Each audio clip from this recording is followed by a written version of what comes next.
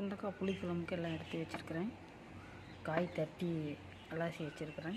புளி, வெந்தயம், உப்பு, கருவேப்பிலை, கொத்தமல்லி தழை, வெங்காயம், பூண்டு, தக்காளி இருக்குது.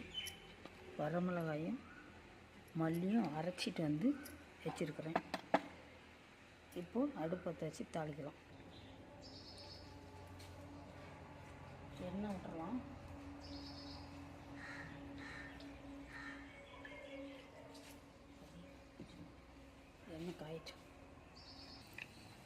எண்ணெய் காஞ்சிச்சு.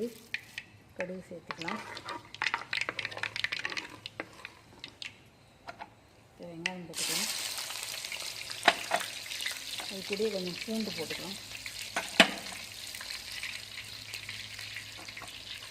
கருவேப்பிலை தழை, கொத்தமல்லி, 2 மிளகாய் போட்டாச்சு. தக்காளி போட்டுக்கலாம்.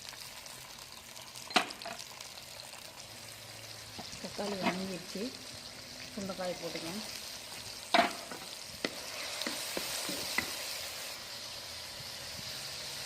கொத்தமல்லியும் மிளகாயும் அரைச்சி வச்சுருக்குறோம். பவுடர் போட்டால் நல்லா இருக்காது. எப்போவுமே தனியாக அரைச்சோம்னாக்கா அது டேஸ்ட்டு நல்லாயிருக்கும். நான் அப்படி தான் வச்சுருக்கேன். இப்போ புளி இதை சேர்த்துக்கலாம். கொஞ்சம் மஞ்சத்தூள் போட்டுக்கலாம். உப்பு தேவையான அளவு போட்டுக்கலாம். நல்லா கொதி வரட்டும். குழம்பு ரெடி ஆயிடுச்சு. கொஞ்சம் வெந்தய பவுடர் போட்டுக்கலாம். வறுத்து நுணுக்கி வச்சுருக்கிறேன். அது வாசமாக இருக்கும். கருவேப்பிலை தழை, கொத்தமல்லி தழை போட்டுக்கலாம். அவ்வளோதான், குழம்பு ரெடி ஆயிடுச்சு.